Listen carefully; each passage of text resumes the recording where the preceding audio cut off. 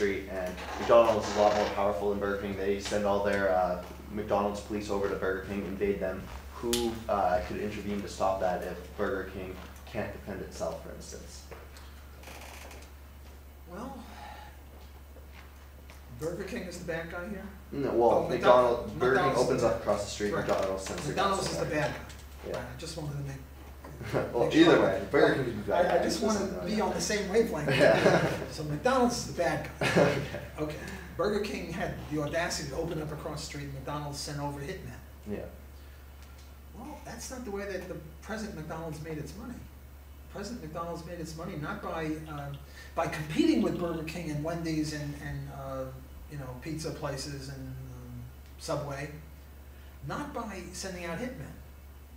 The only people that sound like you are these drug gangs.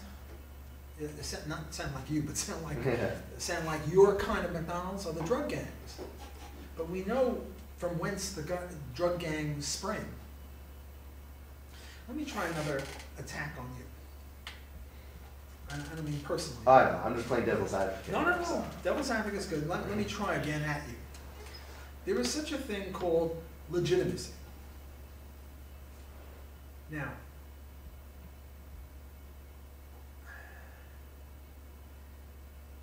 if the richest 90% of the people gang up and try to rule the poorest 10% of the people, this isn't going to work. Can't get blood out of a stone. Yeah. Right? I mean, the poorest 10% of the people don't really have that much that the richest 90% of the people can attack them and get out of them. So that's not the way that totalitarian dictatorships arise. Rather, it's the top 10% of the people, the richest 10% of the people, the most powerful, who say, well, look, you know, or the richest 5% or 1%, and say, let's rip off the poorest 95%. And now that's viable in the sense that it could work, in the sense that the poorest 98% have a lot of wealth. And if the richest 2% can grab it off for themselves, then they're doing well. The problem with that is that if the 98% of the people ever catch on as to what's going on, they'll kill or nullify the richest 2% who are trying to rip them off. So what the richest 2% of the people have to have more than anything else is legitimacy, a sense of legitimacy. Now what's legitimacy? Does legitimacy mean that the poorest 98% have to look up on them and say they're godlike and whatever they say, you know, we'll obey? No. They just have to passively acquiesce. They can't get, you know, those movies where the townsfolk would grab pitchforks and firebrands and go get, who was it, the monster? The king. The king, the monster who was, you know. If you get the pitchforks and the fire and they're going to the castle to get rid of the king's in trouble. So what the king has to do, and Hans Hoppe is beautiful on this, what the king has to do is get legitimacy. Either the people have to think that the king is God or godlike or in touch with God, or that he's legitimate because he was duly elected by a democratic process and it's constitutional, or something. If he doesn't have legitimacy, it's game over. And the way he gets legitimacy is he suborns what Hayek called the second-hand dealers in ideas, namely journalists, academics, intellectuals, professors, pays them off to support the government. It's just beautiful that the Fed, Ron Paul is trying to get rid of the Fed now. You know who's supporting the Fed? Practically every mainstream macroeconomist. You know why? Because practically every mainstream macroeconomist either worked for the Fed, works for the Fed, hopes to work for the Fed, or is subsidized by the Fed in some way or other. Namely, the Fed has got legitimacy because it's suborned all the intellectuals. The government tries to suborn all the intellectuals. The only way that McDonald's is going to succeed in doing what you said they would do to Burger King is if they have legitimacy. And if that's the way they act, they're not going to get legitimacy. So that's my second attempt at you, to try to dissuade you. You see, what you're thinking is, well, this powerful McDonald's, they need legitimacy. And if what they do is go across the street and break the windows of Burger King, they're not going to do it. You know a much better way to do it? There's this little town called Tofino. It's on the northern part of Vancouver Island. And you know what they just did? They have a rule. No McDonald's. No franchise of any sort. And you know who's pushing it? The hippy-dippy entrepreneurs in Tofino. They don't want McDonald's or Burger King or Wendy's or anything like that because there'll be fewer people buying. And you know the reason they use is, oh well, you know, we got to keep the Tofino atmosphere the way it is, which means no franchises. And you know what they use for legitimacy? Democratic vote. Now, if they didn't have that, they would be seen for the scoundrels that they are. So if McDonald's wants to do this, you know the way they should do it? Just like the butter and the margarine people did, or rather just the way the butter people try to do to the margarine people. Let me give you a little history of butter and margarine. When margarine first came out, it was colored roughly like my shirt is, sort of gray, maybe not as dark gray, a light gray, yucky gray.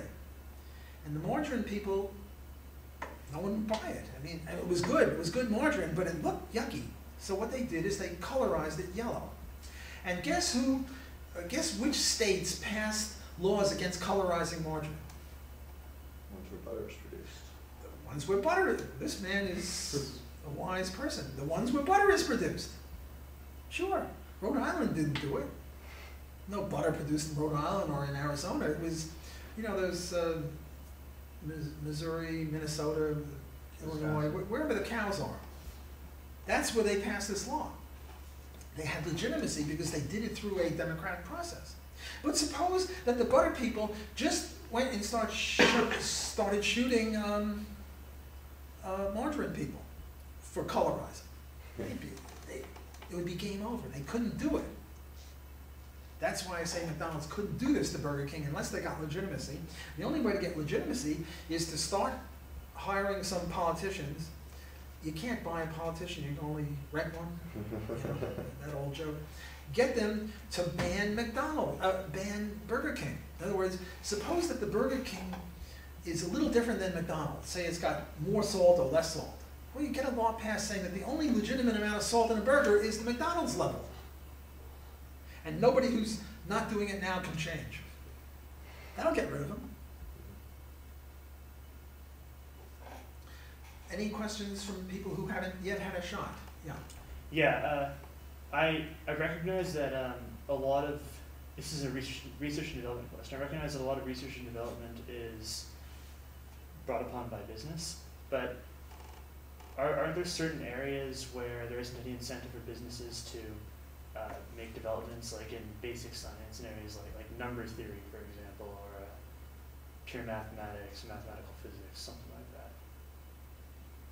Yeah, but in those pure reaches, pure research, math, Yeah. whatever, I don't think you can patent that stuff. No, not about patenting. I just mean, Sorry.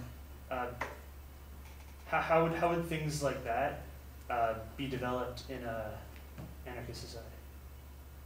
In an anarcho-libertarian society? In an anarcho-libertarian society, why would they be mathematicians? No, how would mathematicians, or how would things like mathematical physics or mathematics, or how would those fields exist? Well, I assume that any university worthy of the name would have a math department and a physics department, because if they didn't, students wouldn't want to come there, right? No? I think what he's saying is that, let's say what they are doing in Switzerland right now, where they are trying to redo the Big Bang Theory, in which they are spending a few $1 billion. What he's asking is that, were there no government, who would finance something like a few $1 billion for physical science research which does not have any immediate financial benefits? I That's what see. he's Yes. asking. Thank you. I appreciate the power of the question now. I was floating around before, I didn't get it.